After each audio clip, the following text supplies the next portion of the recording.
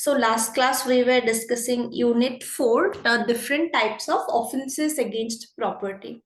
So few of those offenses are covered in Unit 4 and some are given in Unit 5 as well. Like mischief we discussed, but there is something called as criminal trespass, which also falls under offenses against property, which is given under Chapter 17 of Indian Penal Code.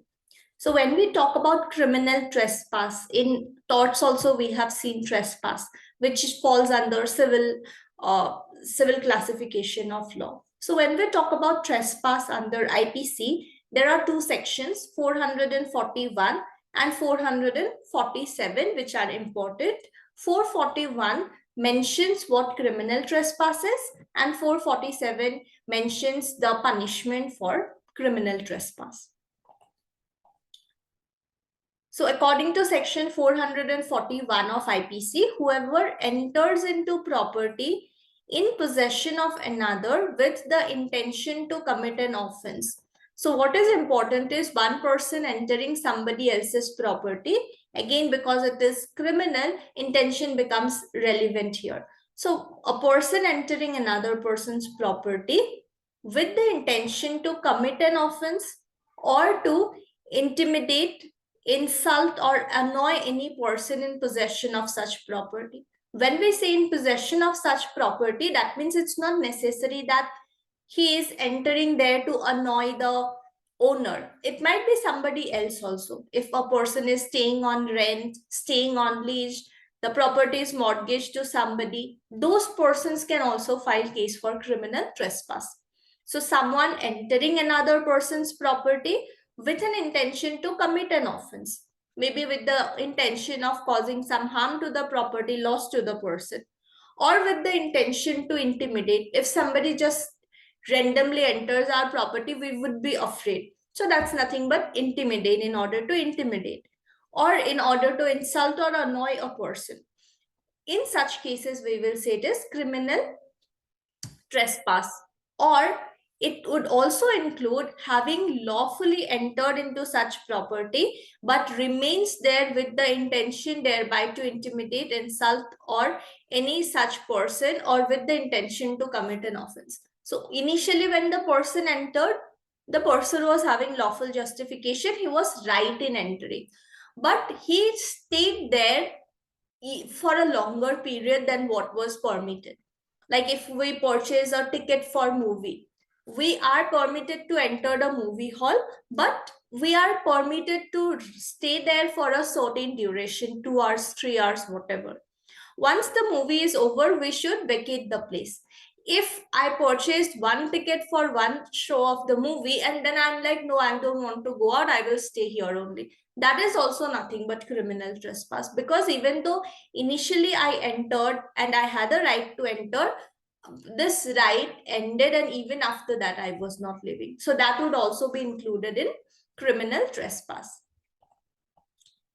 Punishment for criminal trespass is mentioned under section 447 of IPC, which says it is imprisonment which may extend to 3 months, or with fine which may extend to 500 rupees, or with both. Depending on the severity, depending on with what intention the person entered and what he did, the punishment is going to vary.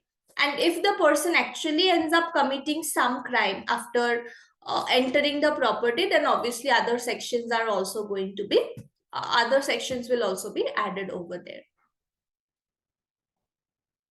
When we talk about criminal trespass, these are the ingredients that we need. First of all, we need entry to property. So to commit the offense of criminal trespass, there must be an actual entry into the property of another by the accused person. No trespass can occur if there is no physical instrument by the accused into the private property of the victim. So physical entry of a person is very much needed. Sometimes it may happen that one person is throwing garbage outside another person's house on a daily basis, and from there it is causing disturbance to the other person in front of whose house garbage is kept. So the person can say that, okay, bad smell is coming from there, it is causing disturbance and all of that, but actual physical entry to the person's house is not there. So in such cases, if somebody throws garbage outside another person's house, we cannot say it is criminal trespass.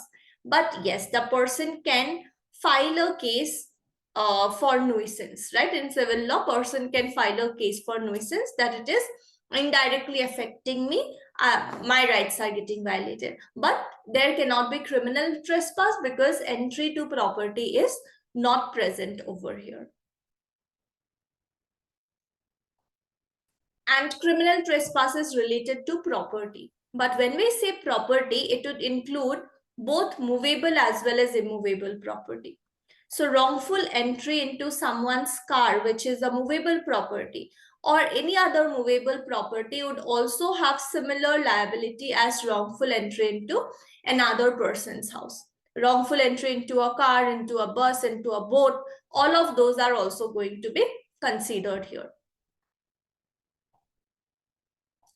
Possession of another.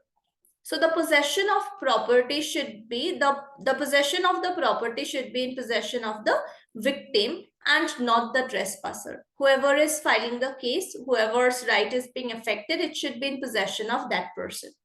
Having the ownership of property is not necessary. Mere possession is sufficient to claim criminal trespass against the trespasser. So if somebody is rightfully occupying a house as a tenant or as a lessee and the owner wrongfully enters there, that can also be included. So what we require is having rightful possession of the property is needed. And if that person is annoyed, if that person is disturbed, intimidated by another person's entry, that would be amounting to criminal trespass. So possession of another is needed. Okay, so we need intention as well. If it is proved that the intention of the accused parties was not to insult, harm, or annoy the owners or possessor of the property, then it would not amount to criminal trespass. So intention becomes very much relevant over here, and we need to prove that it is any of these things. If it is not like that, then the intention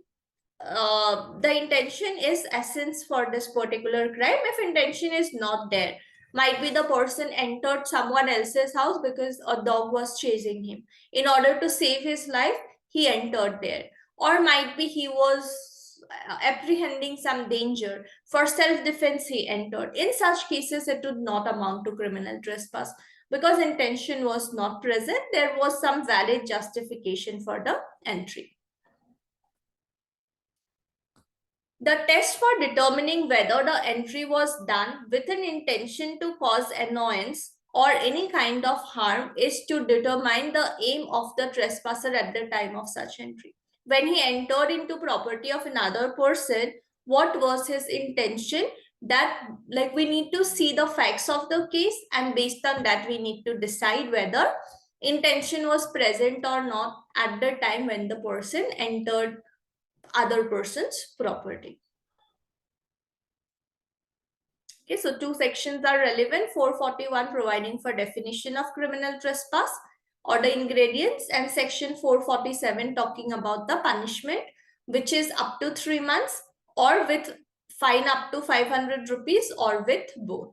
It's given under chapter 17 of the legislation. These are the ingredients: entry to property, possession of another, and intention. These are the ingredients that we need.